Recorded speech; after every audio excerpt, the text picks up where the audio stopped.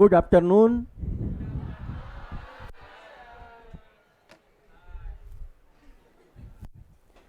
તો આ આપણે કયા લેક્ચરમાં ભણ્યા એ છે ભાઈ, અને આ હવે ભણશું આપણે સરેરાશ આયુ. સરેરાશ આયુ એટલે દાખલા તરીકે 1 લાખ ન્યુક્લિયસ હોય તો એ 1 લાખને મરતા કેટલો ટાઈમ લાગે એની સરેરાશ. કારણ કે એમાં ઘણા ન્યુક્લિયસ તો કોઈ દી મરે જ નહીં, અને અમુક છે એ તરત મરી જાય. એનું કંઈ નક્કી નહીં કોણ ક્યારે મરે. મરે ઇન ધ સેન્સ વિભાજન થાય, વિભંજન એકમાંથી બીજામાં રૂપાંતરિત થાય. એ ક્યારે કોણ થાય એનું કાંઈ નક્કી નહીં. પણ દાખલા તરીકે ટી બરાબર 0 સમયે 1 લાખ હોય, એ N0 આપણે કહીએ, તો એ બધા N0 નું કુલ આયુષ્ય કેટલું? પણ સરેરાશ. કારણ કે બધા ન્યુક્લિયસો સમાન આયુષ્ય ધરાવતા નથી, એટલે સરેરાશ લઈએ ને. અને અમુક ન્યુક્લિયસો તો હજી હોય જ, કારણ કે ન્યુક્લિયસોની સંખ્યા 0 તો થાય નહીં. ગમે એટલી હાઈફાઈ એક્ટિવિટી હોય નહીં તોય તે 5-10 તો જ હોય કે જેનો વિભંજન થવાનો વારો ઘણા બધા વર્ષો પછી આવતો હોય. એટલે સરેરાશ લેવી પડે. ઇન ધ સેન્સ આ સરેરાશ આયુ. સરેરાશ આયુ કેટલી? 1/λ. એ એનું સૂત્ર. અને 1/λ તમે લ્યો સરેરાશ આયુ તો તમને n ની ખબર પડે. n કેટલા થાય? સરેરાશ આયુ જેટલા સમયમાં n કેટલા થાય? ધારો કે કોઈ તત્વ છે, તત્વ આધારિત છે ને, આમાં તો લેમડા આવ્યો. It depends on lambda, 1/λ.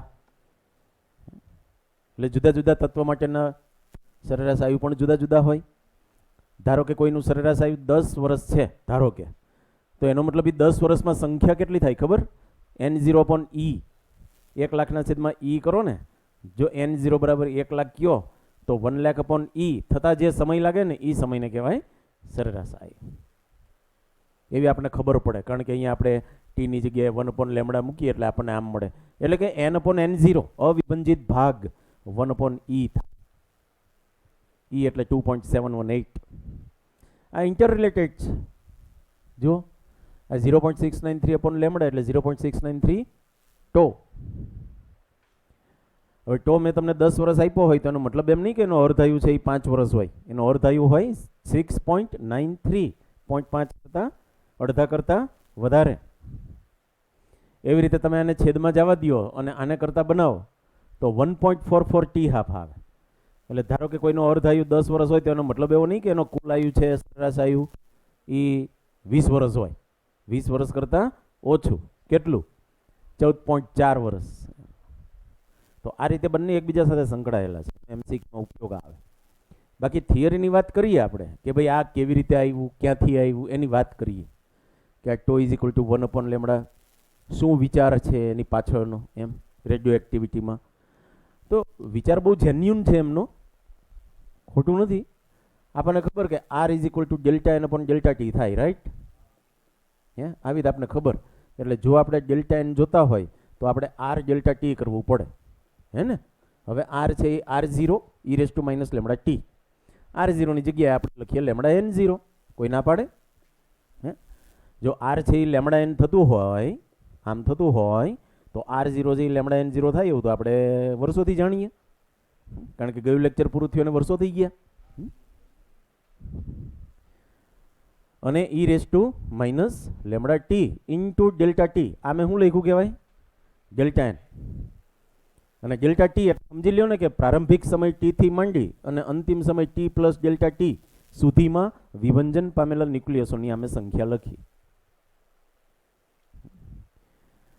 હવે વાત એ થાય કે આ જે ન્યુક્લિયસો છે આવડા Δn કે જેનું વિભંજન થઈ ગયું, એનું આટલું તો આયુષ્ય થયું જ કહેવાય. ત્યાં સુધી તો એ જીવતા જ હતા.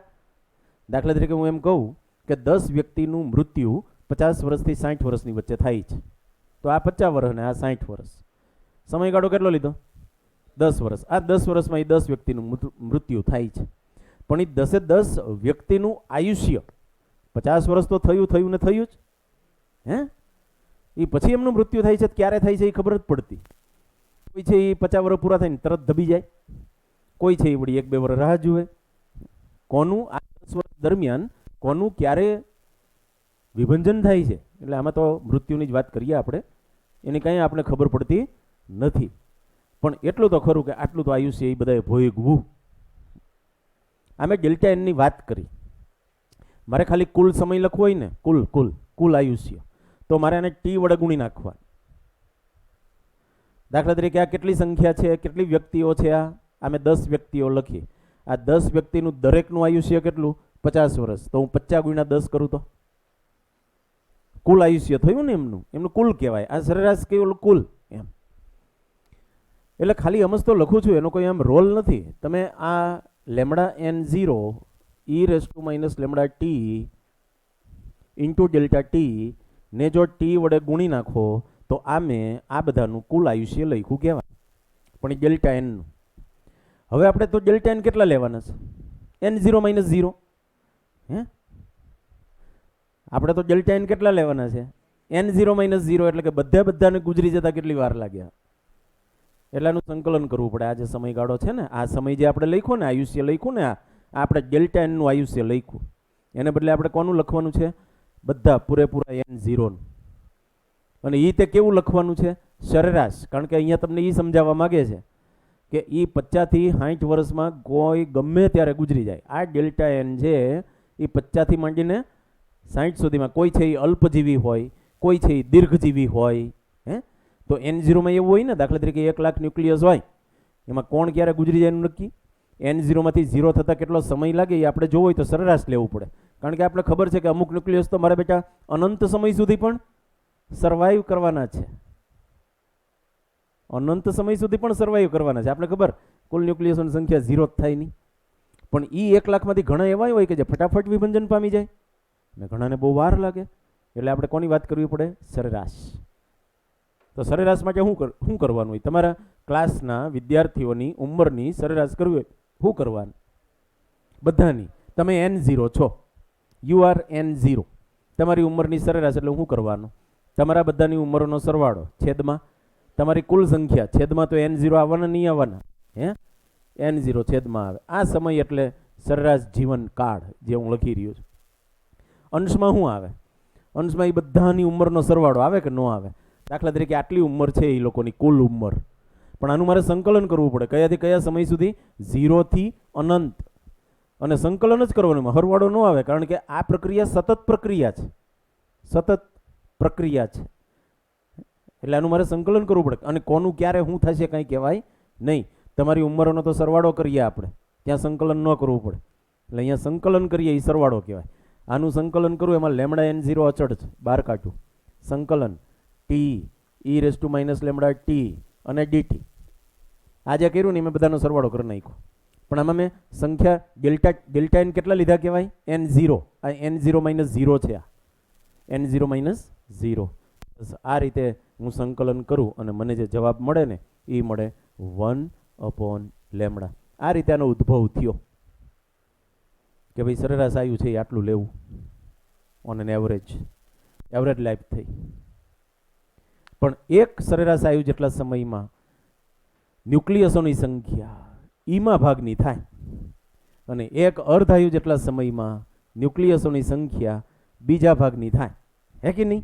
અર્ધાયુમાં કેવું હોય? n0/2 આવે અને સરેરાશ આયુમાં કેટલું હોય? n0/e આવે. e એટલે 2.718. આટલી વાત આવે. તો બિનજરૂરી લખાણ ઘણું બધું છે આની અંદર. આપણે જોઈએ થિયરીમાં મીન લાઈફ, સરેરાશ જીવનકાળ, સમીકરણ 13.14 આ નીચે આપ્યું છે, એના ઉપરથી મેળવી શકાય. ટી અને ટી પ્લસ ડેલ્ટા ટી વચ્ચેના સમયગાળામાં વિભંજન પામતા ન્યુક્લિયસની સંખ્યા આ રીતે લખાય. આ આર ગુણ્યા ટી નથી, આ આર ઓફ ટી છે. આ ડેલ્ટા એન છે, ડેલ્ટા એન. અવડા ડેલ્ટા એન લખ્યા. આમાંના દરેક ન્યુક્લિયસ ટી સમય સુધી તો જીવા જ છે. આ બધા ન્યુક્લિયસનો કુલ જીવનકાળ લખીએ તો આમ થાય, ટી વડે ગુણો એટલો. એટલે ત્યારે 50 વર્ષવાળું યાદ કરવું આપણે, 50 થી 60 એમ. અને આ કેટલા માણસો સમજવાના? 10 માણસો સમજવાના. એટલે એની કુલ ઉંમર લખી એટલે ટી વડે ગુણ્યા 50 વડે ગુણી નાખ. એ સ્પષ્ટ જ છે. પછી અહીંયાથી ચેન્જ થઈ જાય વિચારધારા. આટલું તમે વાંચો ને પછી વિચારધારા બદલવાની કે હવે આપણે n0 માટે વાત કરવાની છે. ડેલ્ટા એન લેવાના છે n0 માઇનસ 0. ખ્યાલ આવી ગયો? એ સ્પષ્ટ છે કે કેટલાક ન્યુક્લિયસ ટૂંકા અને બીજા કેટલાક લાંબા સમય સુધી જીવા હોય. આથી સરેરાશ જીવનકાળ શોધવા માટે આપણે આ પદનો 0 થી અનંત સુધીના બધા સમયો પરનો સરવાળો મેળવવો જોઈએ કે જેને કહીએ સંકલન, અને તેને t+0 સમયે કુલ ન્યુક્લિયસની સંખ્યા n0 વડે ભાગવો જોઈએ. એ કર્યું લ્યો.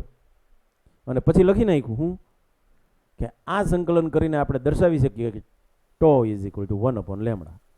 એ સંકલન તમને દર્શાવવાનું નથી, એમાં ટાઈમ બગાડવાનો નથી. થિયરીમાં એ સંકલનના 5-6 પદ આવે એ દર્શાવવાની જરૂર નહીં, કારણ કે એમાં બીજા અલગ અલગ સૂત્રો આવે ત્યારે સંકલન થાય.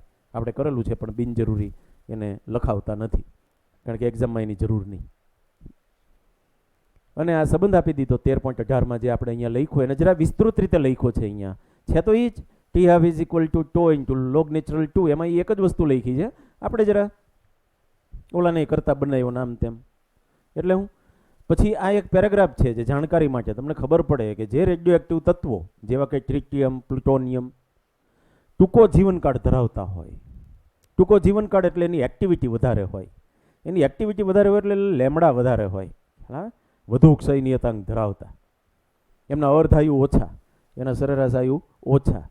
હવે એ બધાને તો કેવા ખબર આયુષ્ય વિશ્વની ઉંમર કરતાં ઓછા છે. વિશ્વની ઉંમર આપણે ગણીએ તો 15 બિલિયન યર્સ એટલી થાય. એટલે એ ઘણા બધા સમય અગાઉ જ ક્ષય પામી ગયા છે.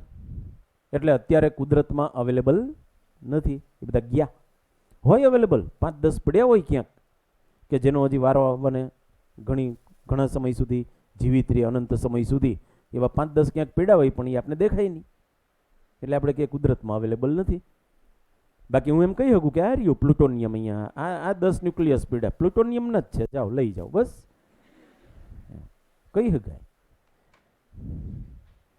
એટલે એમને પ્રયોગશાળામાં ન્યુક્લિયર પ્રક્રિયાઓમાં રચી શકાય.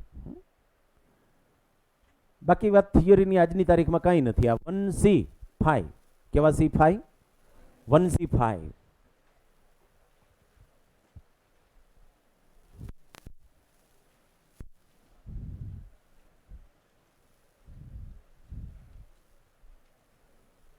બધા આના જ ઉપયોગો છે. અને આ એક નવું આવ્યું છે તો એના 4-5 MCQ ન્યુમેરિકલ એના છે.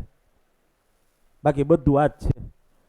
રેડિયો એક્ટિવિટી જુઓ ને તો આના જ એપ્લિકેશન આવે નકરા.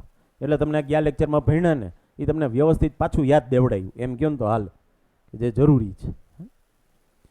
હાલો, 1/λ સમયના અંતે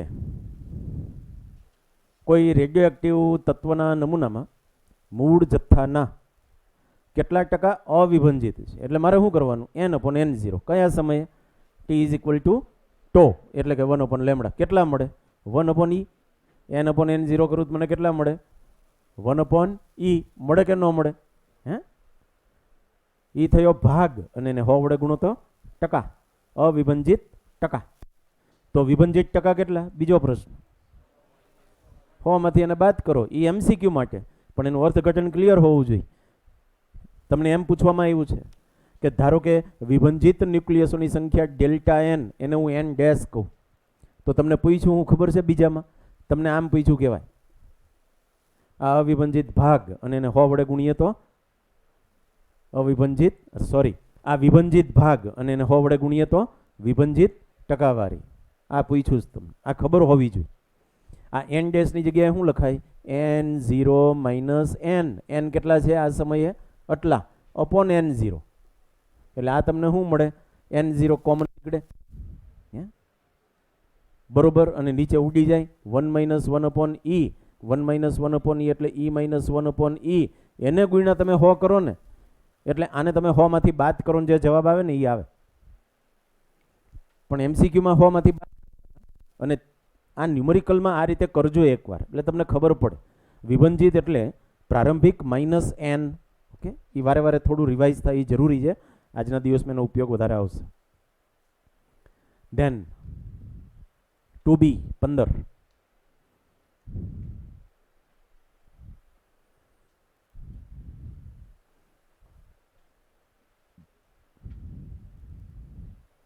થઈ ગયો 14.4. શું આપ્યું છે? આપ્યું છે હું ટી હાફ. શું ગોતવાનું છે? ટો. તો 1.44 થી ગુણી નાખો. 3B 41. હાલો અંદાજે જવાબ નક્કી કરી નાખો. જોઈએ હિન્ટમાં તો મારે શું કહેવાનું? અર્ધાયુનું યાદ કરાવું કે એક અર્ધાયુ તો n0/2, બીજો અર્ધાયુ તો n0/2/2 એટલે n0/2 સ્ક્વેર અર્ધાયુ હોય તો. સરેરાશ આવ્યું છે.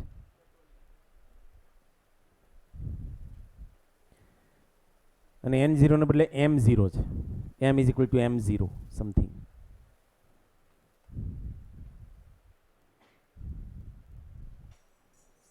કઈ ઈ સ્ક્વેર કરવાનું નહીં, અંદાજ કરવાનું. છેદમાં ઈ સ્ક્વેર આવે તો ઈ સ્ક્વેર ગણતરી ના કરાય, અંદાજ કરાય, તરત ખબર પડે.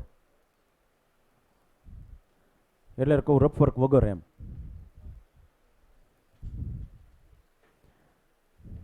થઈ ગયું. ઓપ્શન એ છે કોઈ, બી છે કોઈ, સી પાક્કું. જો m0 કેટલા આપ્યા છે? 10 ગ્રામ. હવે આમાં શું આવે? m0 અપોન ઈ એટલે m0 અપોન ઈ સ્ક્વેર. હવે ઈ સ્ક્વેરમાં 2.7 નો વર્ગ એવું ન કરાય, પહેલા 2 નો વર્ગ કરી જોવાય. 2 નો વર્ગ 4 થાય એટલે 10/4 એટલે 2.5 આવે. એટલે આ જવાબ 2.5 કરતાં તો ઓછો જ આવે, કારણ કે 2 નથી લેવાના, 2.7 લેવાના છે. અને 2.5 કરતાં ઓછામાં એક જ છે એમ, એવો અંદાજ કરી નખાય. Very good, fine, okay. Then 3b 55, 15 નહીં ભાઈ, 55, 55. 1 મિનિટનો સમય.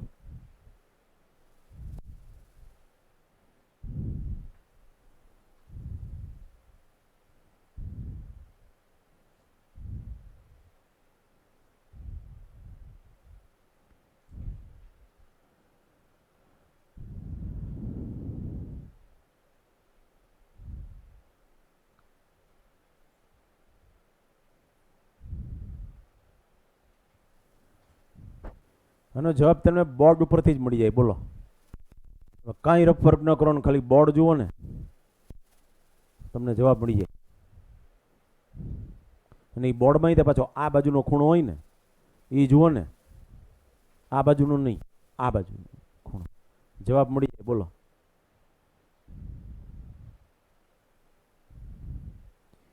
ઓકે, ઓપ્શન એ છે કોઈ નહીં, B B B B, C નહીં, D D D for Delhi.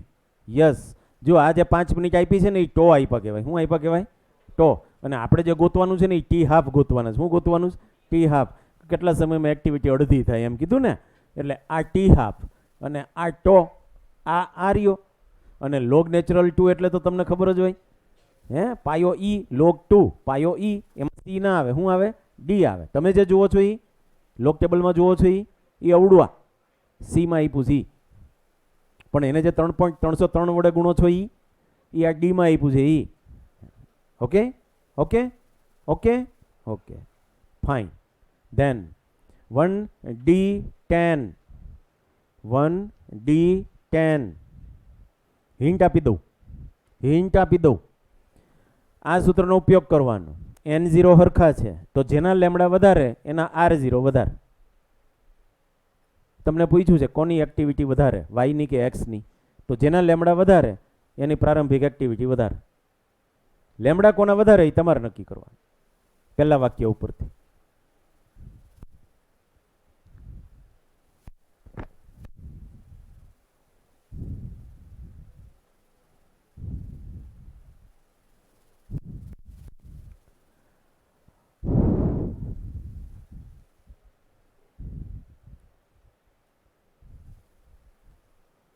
One D10. We are in 1D10. Okay, option A છે કોઈ, બી છે કોઈ, સી છે કોઈ. સી વાળા સાચા. શું કામ?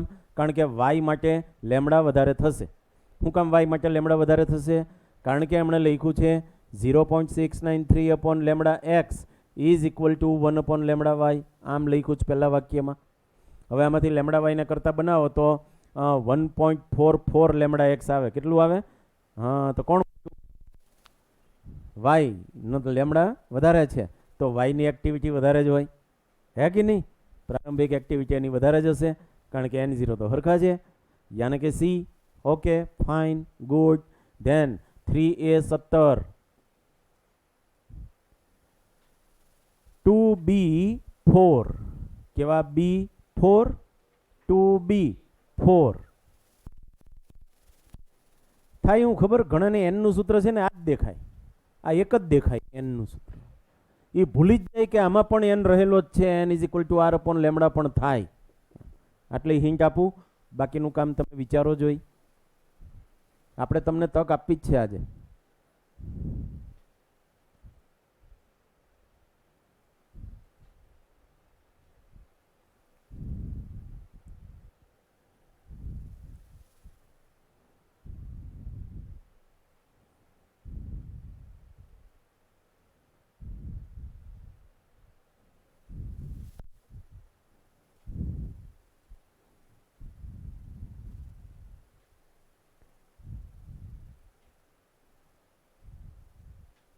તમને પૂછ્યું શું ખબર છે?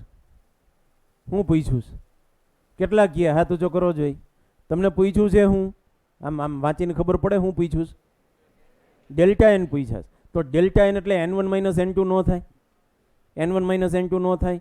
હવે N1 એટલે R1 અપન લેમડા, N2 એટલે R2 અપન લેમડા, એટલે R1 માઇનસ R2 અપન લેમડા ન થાય. હવે એ લેમડા બદલતી રાશિ કઈ? ન્યુક્લિયસે બદલતી હોય એવી રાશિ કઈ? ન્યુક્લિયસે એટલે તત્વે તત્વે એવી કઈ? T half. લેમડામાં ટી હાફ આવે કે ન આવે? 0.693 અપોન ટી હાફ. તો તમે સમચલન કરો, N1 માઇનસ M2 સમચલન એમ તમે કરો તો તમે શું લખવાના? R1 minus R2 into T half એમ કરવાના કે નહીં? છેદમાં લેમડા છે ને, એટલે ટી હાફ તો ઇન્ટુ થશે ને. હા, તો દરેક તત્વ માટે આ સૂત્ર લાગે. દરેક તત્વ માટે કે ભાઈ T1 થી T2 દરમિયાન વિભંજન પામતા ન્યુક્લિયસોની સંખ્યા આના સમચલનમાં હોય.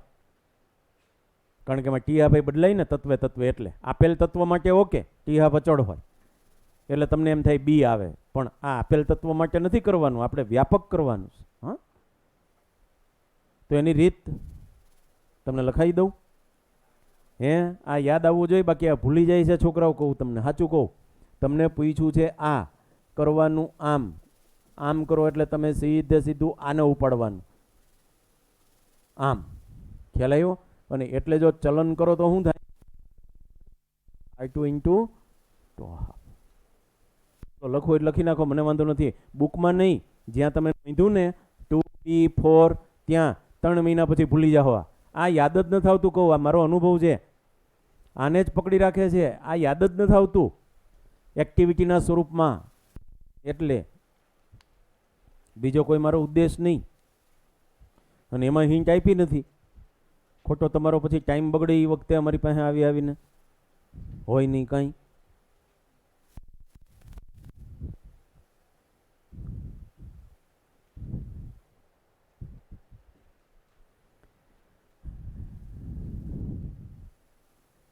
Okay okay then 1D8.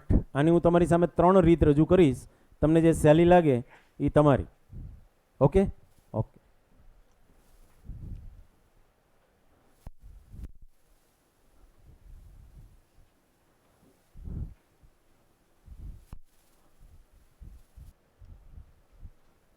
આમ તો ઘણાને આવડી જાય એવું છે, કંઈ બહુ નવું નથી. કંઈ ખાલી અમુક અર્થઘટનોની ખબર હોય એટલે કામ પૂરું.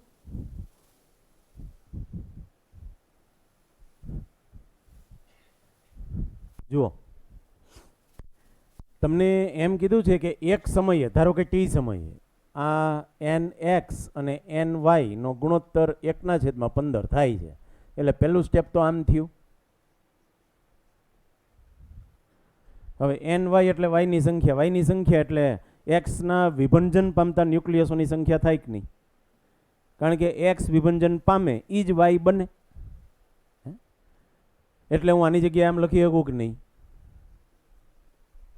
લખાય કે ન લખાય? એટલે આમ થાય કે નહીં? એટલે N/N0 કેટલા? 1/16 થાય કે નહીં? 1/16 એટલે 1/2 થઈ કે નહીં? અર્ધ આયુને કેટલા વડે ગુણવાનો? 4 વડે. એ કુલ સમય થાય. T બરાબર NT હાફ.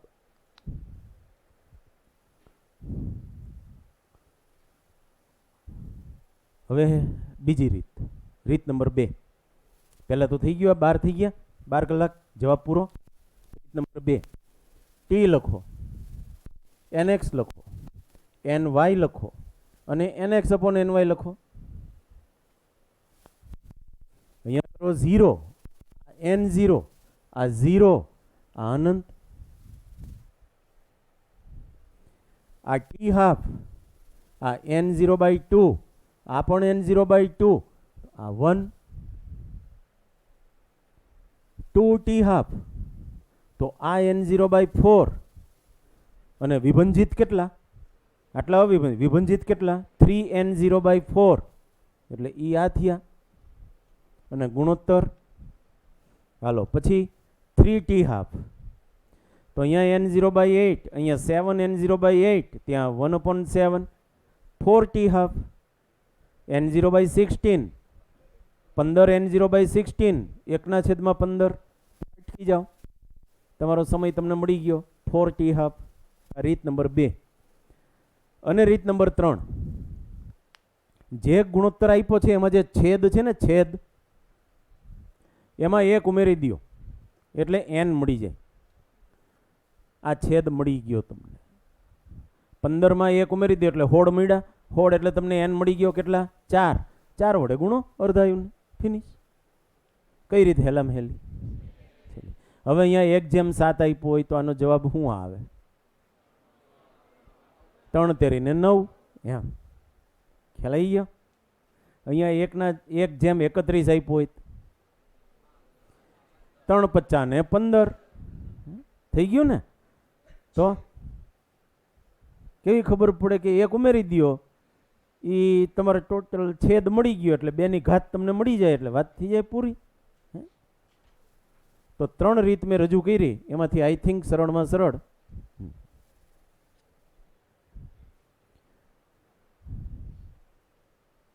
3b 62.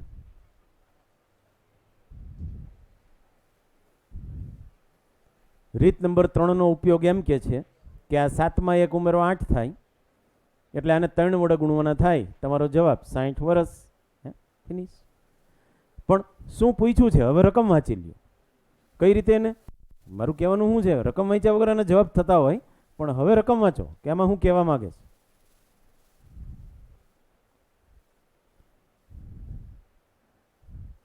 આપણે એક ખડક લીધો, બરોબર? ખડક નમૂનો, એમાં x અને y નો ગુણોત્તર આપને 1/7 મળ્યો. તો આ ખડકની ઉંમર કેટલી હશે? તો એ ઉંમર મળી 60 વર્ષ. એ તમે જે ટી ગોઈતો ને કે અત્યારે આટલો સમય થયો છે, આ ખડકને અત્યારે કેટલો સમય થયો છે? 60 વર્ષ જેટલો સમય થયો છે. એવા તારણ ઉપર તમે આવ્યા. કેમ? તો કે અંદર ગુણોત્તર છે ને x અને y નો 1/7 છે. તો એક્ટિવિટી કે આ સંખ્યાના ગુણોત્તર ઉપરથી ખડકના આયુષ્ય નક્કી થઈ શકે. એ તમે જે ટી ગોતો છો ને એ જ કે ભાઈ આટલો સમય તો આને થઈ ગયો, એ ટી એટલે 60 વર્ષ. 3b 56. આ ખનિજને કેટલા વર્ષ થયા છે અત્યારે? 200 વર્ષ થયા છે. એવું એમાં શીખવાનું હતું. બાકી તો 1 ઉમેરો એટલે સીધો n મળે ને એને તમે ટી હાફ વડે ગુણો.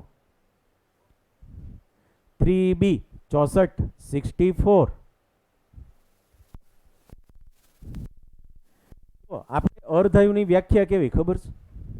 50% થવા માટે લાગતો સમય. એ 50% ગમે ત્યાંથી તમે શરૂ કરો, એવું નથી કે 100% એથી શરૂ કરાય. હે ભાઈ? એને સમજાવતો આ પ્રશ્ન. 64 જોઈએ આપણે.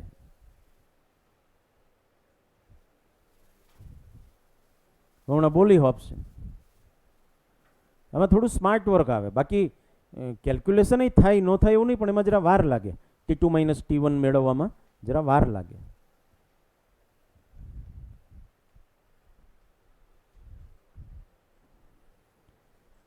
ઓકે, ઓપ્શન એ છે કોઈ નહીં. ઓપ્શન બી, બીમાં કોઈ પાક્કું? બી પાક્કો. તો સી અને ડી નથી બોલતો. હવે હું વિચારવાનું ખબર છે? 40%નું વિભંજન એટલે અવિભંજિત કેટલા ટકા? બસ ત્યાંથી શરૂ કરવાનું. 85% વિભંજિત, તો અવિભંજિત કેટલા? તો 60માંથી 15 થતા કેટલો સમય લાગે? 2 અર્ધાયુ જેટલો. કેટલો? એક અર્ધાયુમાં 30% થાય ને બીજા અર્ધાયુમાં 15% થાય, એટલે 2 અર્ધાયુ જેટલો સમય લાગે. સહેલું પડે.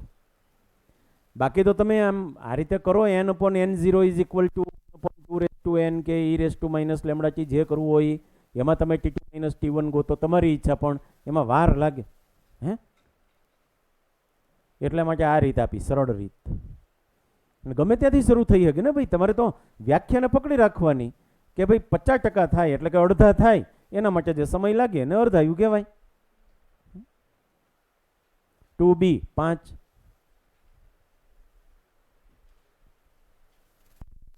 પેલા અવિભાજિત વિચારવાનું. હાલો, 20% વિભાજિત એટલે અવિભાજિત કેટલા?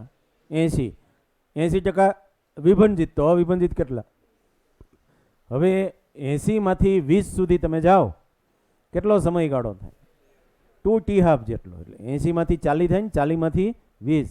આવું જ આપે તમને, મેળે મેળ આંકડાઓ બદલા કરે. જેમ કે આમ આંકડો બદલાઈ ગયો, લ્યો.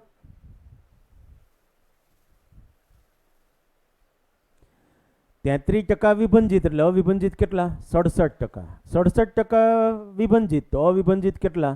33%. હવે 67 નું લગભગ અડધું થાય 33, થાય કે ન થાય? એમ, એટલે આમાં લગભગ જવાનું.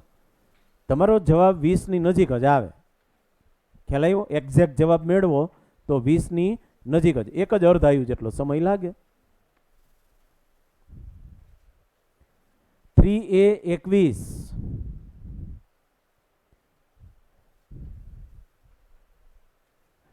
એક તૃતીયાંશ વિભાજિત તો અવિભાજિત કેટલા?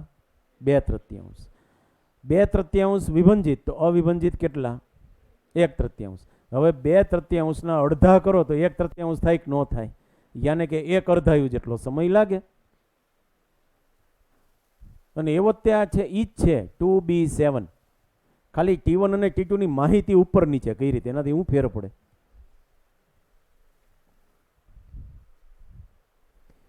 આ t1 સમયે નથી ધ્યાન રાખવાનું, આ કયા સમયે? t2 સમયે. અને આ કયા સમયે? t1 સમયે. એટલે એનો ઈ જ પ્રશ્ન છે, ખાલી બે વાક્ય ઉપર નીચે કરી નાખે. કારણ કે એમણે પૂછ્યું તો t2 - t1, t2 મોટો હોય, t1 જ નાનો હોય. એમ 3a 22.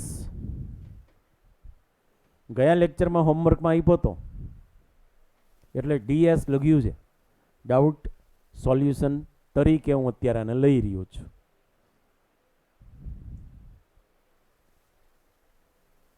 ગયા લેક્ચરનો હોમવર્કનો પ્રશ્ન છે. ખાલી આ એટેન્ડ કર્યો હોય એવા કેટલા? આ પ્રશ્ન જવાબ આવે કે ન આવે? ખાલી આ પ્રશ્નમાં પ્રયત્ન કર્યો હોય એવા કેટલા? ઓકે, એમાંથી જવાબ આવ્યો સાચો એવા કેટલા? જોયું? ઘટી ગઈ સંખ્યા, એટલે આને ડાઉટ સોલ્યુશનમાં લીધો. ઘણા બધાને જવાબ આવી ગયા છે, પણ બહુ ઓછા છે એવા કે જેને જવાબ આવી ગયા. આમાં સમજવાનું શું હતું ખબર છે? એ અને બીના ક્ષય થયેલા ન્યુક્લિયસોનો ગુણોત્તર પૂછ્યો છે. એ અને બીના ન્યુક્લિયસોનો નથી પૂછ્યો, ક્ષય થયેલા ન્યુક્લિયસોનો. એટલે પૂછ્યું હું ખબર?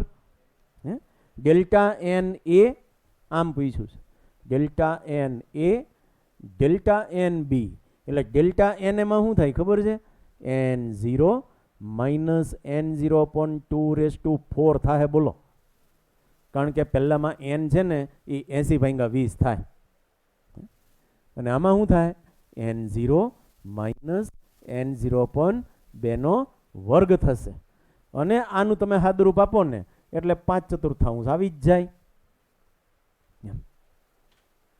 એટલે આની હિન્ટ નથી આપી, તમારે લખ્યું હોય તો લખજો, મિસ્ટેક ન થાય ધ્યાન રાખજો. આમાં એવું નથી કરવાનું. ઘણાએ શું કર્યું હશે ખબર છે? n1/n2. હું ભૂલ થઈ એ કહું. n1 એટલે આ લઈ લીધા હોય, n0/16. n2 આ લીધા હોય, n0/4. એટલે એનો આ આવે 1/4. સાંભળજો. પછી શું કરે ખબર છે? 1 - 1/4 વિભંજન પામેલા. એમ 1 - 1/4 એટલે હું કે 3/4. હવે આમાં 3/4 ના આવે. આ કઈ એકનું એક ન્યુક્લિયસ થોડું છે જે વિભંજન પામીને આમ થાય છે ને આમ થાય છે. અહીંયા તો બે અલગ અલગ ન્યુક્લિયસો છે, બંનેની અલગ અલગ તમારે ΔN ગોતવાના ને એનો ગુણોત્તર લેવાનો. ભાઈ, આ જે ભાગ મળે છે અવિભંજિતનો ભાગ ના કહેવાય, આપેલ ન્યુક્લિયસ માટે અવિભાજિત ભાગ એવું આ નથી, આ કંઈક બીજું છે.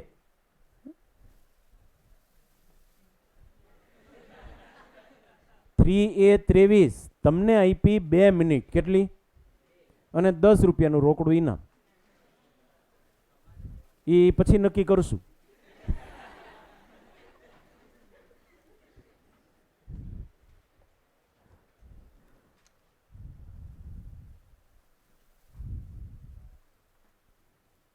રફ વર્ક કરવું પડશે. 2 મિનિટ એટલે ઘણી કહેવાય. જરૂર પડશે 3 મિનિટ આપીશ. આપણે એવું કંઈ રાખ્યું જ નથી તમારા.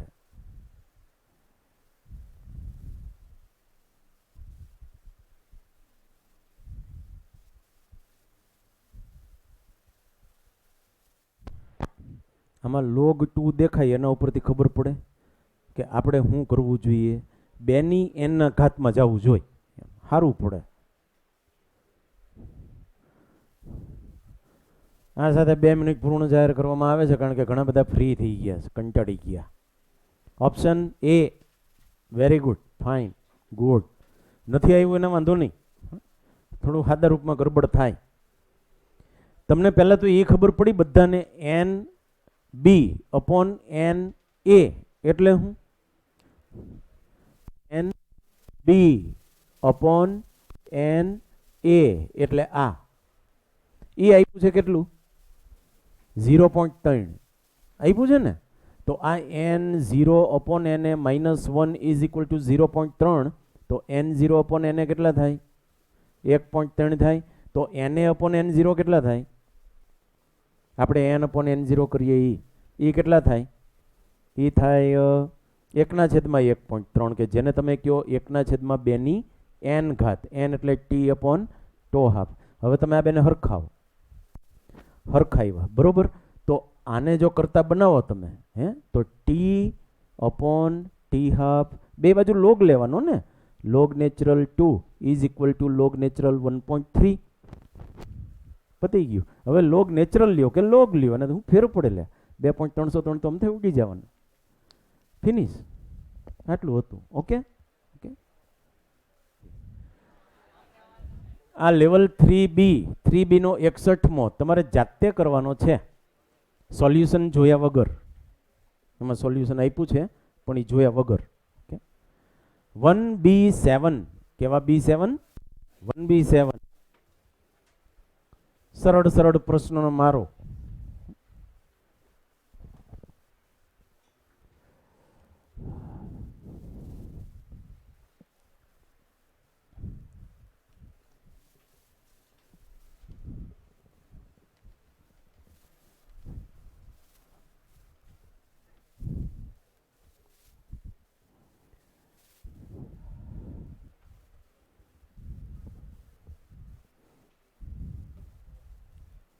જો રીતમાં મારે કાંઈ કહેવાનું થતું નથી, હે કે નહીં.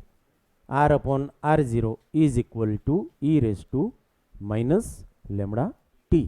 એમાં પહેલામાં છે ને તમે E raise to minus lambda T ન કરો, 2 રેસ ટુ માઇનસ એન કરો પહેલામાં.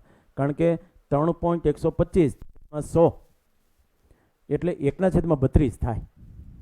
હા, એવું તમને ખ્યાલ ન આવે, તમે કેલ્સીથી કામ કરતા હોય તો એમાં પોઈન્ટમાં જ આવે, પણ એ 1/32 થાય એટલે n5 મળે, એટલે 5t જેટલો સમય લાગે. ઓકે. બીજામાં તમારે કામ કરવું પડશે. 1/100 is equal two 1/2 raise to n એટલે t અપોન ટી હાફ, અથવા તો ઈ raise to minus lambda T કરો, 1/e raise to lambda T કરીને કામ કરો, જેમ ઠીક લાગે એમ. ઓકે. Level 1B number 8. આ પ્રશ્ન પછી વાંચજો, કારણ કે વાંચશો ને તો તમે બેભાન થઈ જશો, કારણ કે એમાં નવી નવી જાણકારીઓ આપી છે. હા, એ જાણકારીઓ હું આપી છે એ તમને કહું પછી આપણે એ પ્રશ્ન વાંચશું. એકચ્યુઅલી છે ને તમને ખબર હશે કે પુરાતત્વ ખાતું એવું કંઈક હોય છે.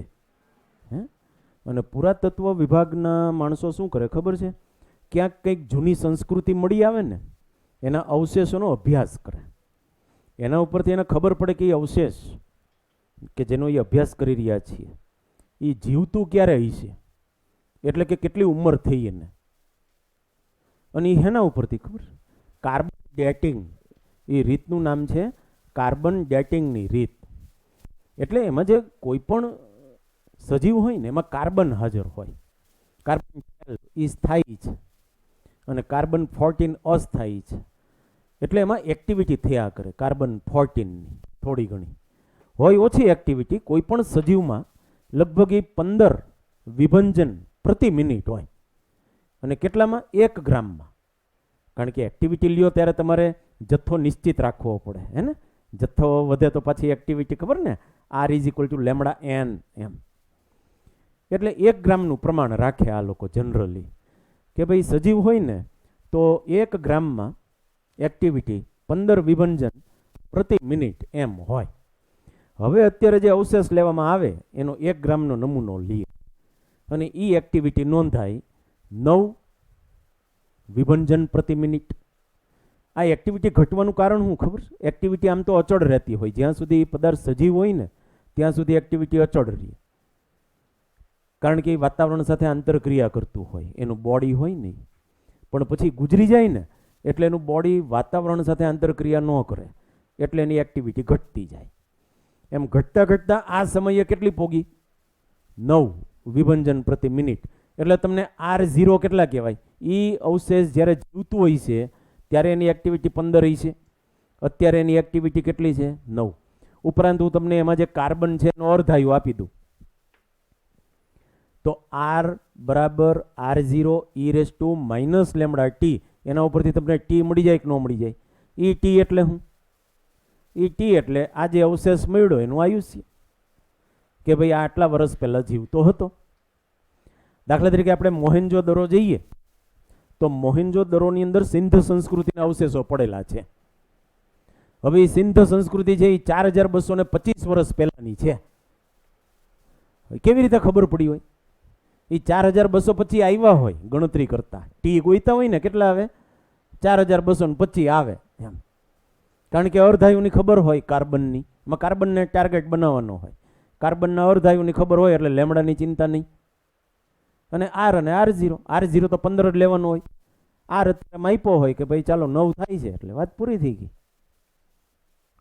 હવે તમે પ્રશ્ન વાંચો એમ તો હું એમાં હું લખ્યું છે કંઈક ખબર પડે. અહીંયા કાર્બન 14 આવે હો, C14. એ એમાં 14 હોય કે 12 હોય એને કંઈ ફેર નથી પડતો. ભાઈ 12 સ્થાયી છે, 14 છે એ અસ્થાયી હોય.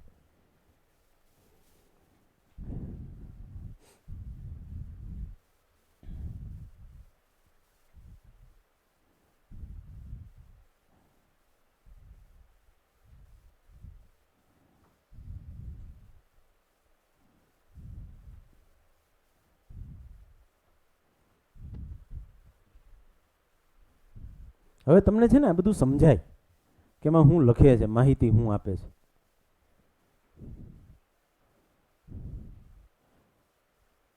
પુરાતત્વ ખાતું છે ને આ કાર્બન ડેટિંગનો સિદ્ધાંતનો ઉપયોગ કરે છે. અને મોહેન્જો-દરો એમાં 9 નોંધાણી એટલે સિંધુ ખીણની સંસ્કૃતિ, ઇન્ડસ વેલી સિવિલાઇઝેશન, સિંધુ ખીણની સંસ્કૃતિ કેટલા વર્ષ જૂની એ આપણે ગોતવાનું થાય કે કેટલા વર્ષ પહેલાં એનું અસ્તિત્વ હશે. તો R0 આપ્યા, R આપ્યા, R/R0 ગણતરી કરી 4224 વર્ષ એમ પતી ફિનિશ. પછી આ છે ને 1B નંબર 9 એકચ્યુઅલી ગયા લેક્ચરનો છે, પણ ગયા લેક્ચરમાં બહુ ભારણ ન થઈ જાય ને એટલે નહોતો રાખ્યો. ગયા લેક્ચરમાં MCQ બહુ હતા ને એટલે પછી આ વખતે ઠપકાઈ રહ્યો, લઈ લ્યો હાલ.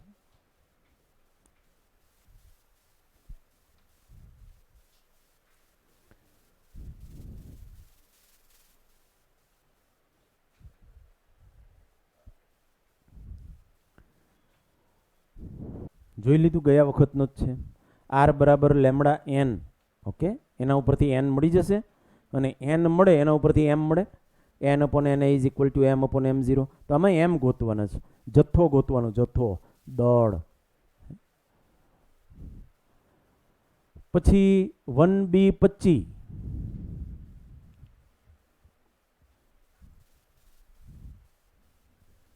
આને જરા બરોબર સમજી લેજો હું કહેવા માંગે છે. છેલ્લું વાક્ય નથી વાંચવું, ત્યાં સુધીનું વાંચો.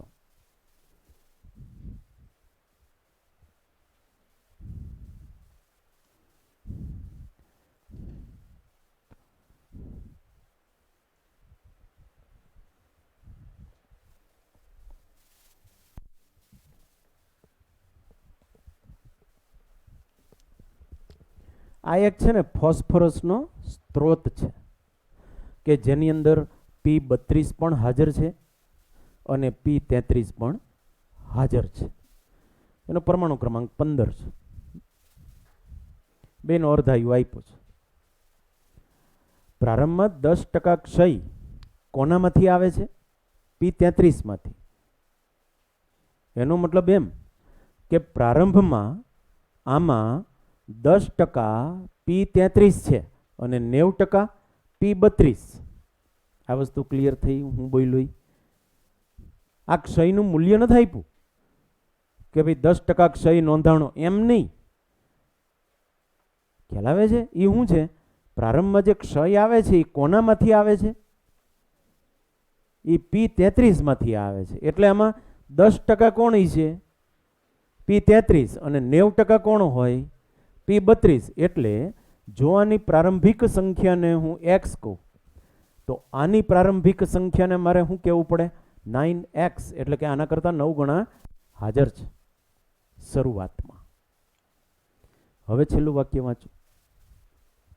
જો કે તમે વાંચી જ લીધું હશે. શું લખ્યું છે? આને આ જે ક્ષય છે કે જે 10% P33 માંથી આવે છે એ હવે 90% P33 માંથી આવવો જોઈએ. એને કેટલો સમય લાગે? એટલે હવે એટલા સમય પછી ભલે જથ્થો ઓછો થઈ જાય પણ વધારે પડતો કોણ સક્રિય છે? હવે આ પહેલા ઓછો સક્રિય હતો, આ વધારે હતો. હવે કોણ વધુ સક્રિય છે? અવળો આ વધારે સક્રિય છે ને આ ઓછો સક્રિય છે. કેટલો આ સક્રિય? કેટલા ટકા સક્રિય છે? આવડા 90%. 33 કેવા છે? સક્રિય. એમ એટલે હું અંતિમ મૂલ્ય લખું બેયના સંખ્યાના. જો આની અંતિમ સંખ્યાને હું y કહું તો આની અંતિમ સંખ્યા કેટલી? 9y. એમ ખબર પડી? એટલે કે બ્લેક કલરથી લખ્યું છે એમ દર્શાવે છે કે આના કરતાં 9 ગણા છે. ભલે જથ્થો ઓછો થઈ જાય પણ પ્રારંભમાં આના કરતાં આ 9 ગણા છે. તો કેટલો સમય લાગે આપણે ગોતવાનું. બંનેના અર્ધાયુ આપ્યા છે એટલે હવે કંઈ પ્રશ્ન નથી. તમે આ બંને માટે સમીકરણ લખો. દાખલા તરીકે હું P32 માટે લખું. કોના માટે? P32 માટે. તો હું લખીશ અંતિમ સંખ્યા. અંતિમ સંખ્યામાં આમાં શું આવશે? y ઇઝ ઇક્વલ ટુ પ્રારંભિક 9x 2 માઇનસ n. n એટલે t અપોન t હાફ 14.3. આ સમીકરણ મેં કોના માટે લખ્યું? P32 માટે, પ્રથમ તત્વ માટે. પ્રથમ એટલે P32. P33 માટે હાલો એટલે અહીંયા જોવાનું હું આ અંતિમ આ પ્રારંભિક એટલે અહીંયા આવે 9y, અહીંયા આવે x, આ 2 માઇનસ t અપોન 25.3. હવે આનું રૂપ આપવું એ રીતે આપો. અહીંયા આપ્યું છે આ રીતે. આના છેદમાં આ એટલે 9 ઇઝ ઇક્વલ ટુ 1/9 2 આના છેદમાં આ કર્યું છે એટલે minus t upon 25.3 plus t upon 14.3. હવે આગળ તમને ઈચ્છા પડે ટી ના કરતા બનાવવાનો છે. એ ટી સમય એટલે આવું થવા માટે લાગતો સમય કે પેલા 10% સક્રિય હતા એ 90% સક્રિય થાય એના માટેનો સમય તમે ગોઈતો કહેવાય. સક્રિય એટલે એક્ટિવ થવા. તો આ વાંચી લ્યો. આટલું આ જ છે મેઇન. આટલું ખાસ વાંચો. This is the main. પછી તો ઇક્વેશન લખીને કામે લાગવાનું એમ.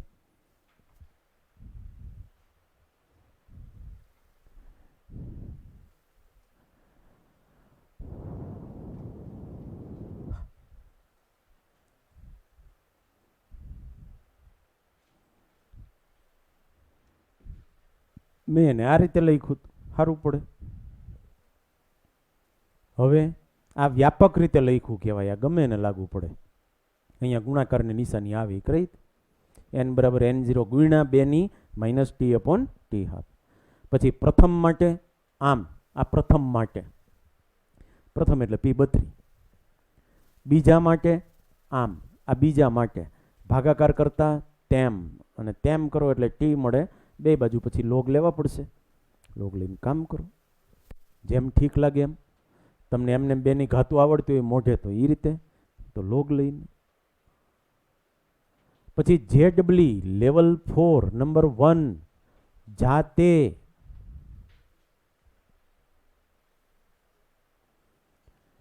પછી લેવલ 4 નંબર 5 એમાં મારે હિન્ટ આપવી છે, એમાં આપેલી જ છે પણ છતાંય હું તમને કંઈક કહેવા માંગુ છું, તમે પ્રશ્ન વાંચો.